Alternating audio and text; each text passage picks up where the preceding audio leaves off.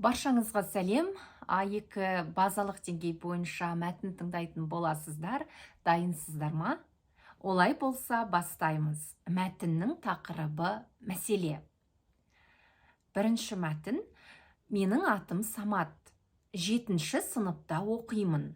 Атанам маған үнемі ескерту жасайды. Мысалы, үйге ерте кел, сабағыңды оқы, компьютерде көп ойнама, бас киім ки, жылы киін. Мен кішкентай бала емеспін, бәрін білемін. Бірақ олар айта береді. Оларға қалай түсіндірсем екен?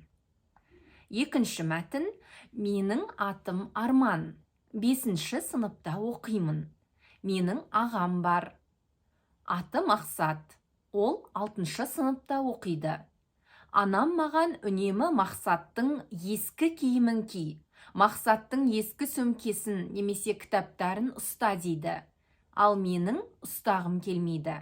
Оны ата-анама қалай түсіндірсем екен? Үшінші мәтін. Менің есімім Қайрат. Жасым 25-те. Қалада тұрамын. Жеке фирмада жұмыс істеймін. Үйдің кіші баласымын. Үлкен ағаларым мен әпкелерімнің өз отбасы бар. Атанам ауылда тұрады. Олар зейнеткерлер. Олар маған үнемі үйлен дейді. Алайда маған үйлену әлі ерте. Мен жұмыста жақсы жетістіктерге жеткім келеді. Қазір мен үшін карьера бірінші орында. Ата-анама айтсам, олар түсінбейді. Олар жұмыс пен отбасын бірге алып жүру оңай деп ойлайды.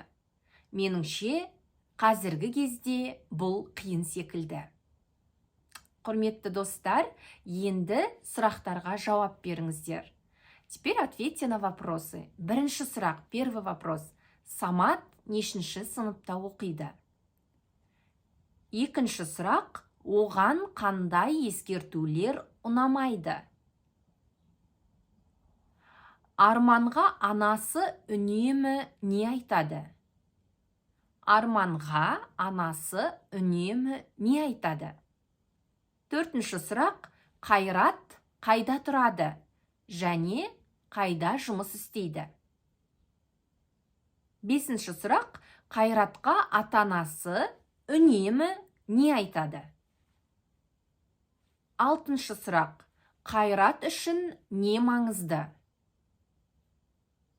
Қайрат үшін не маңызды? Соңғы сұрақ, Қайрат отбасын құру туралы не ойлайды? Қайрат отбасын құру туралы не ойлайды? Баршаңызға рахмет, сау болыңыздар.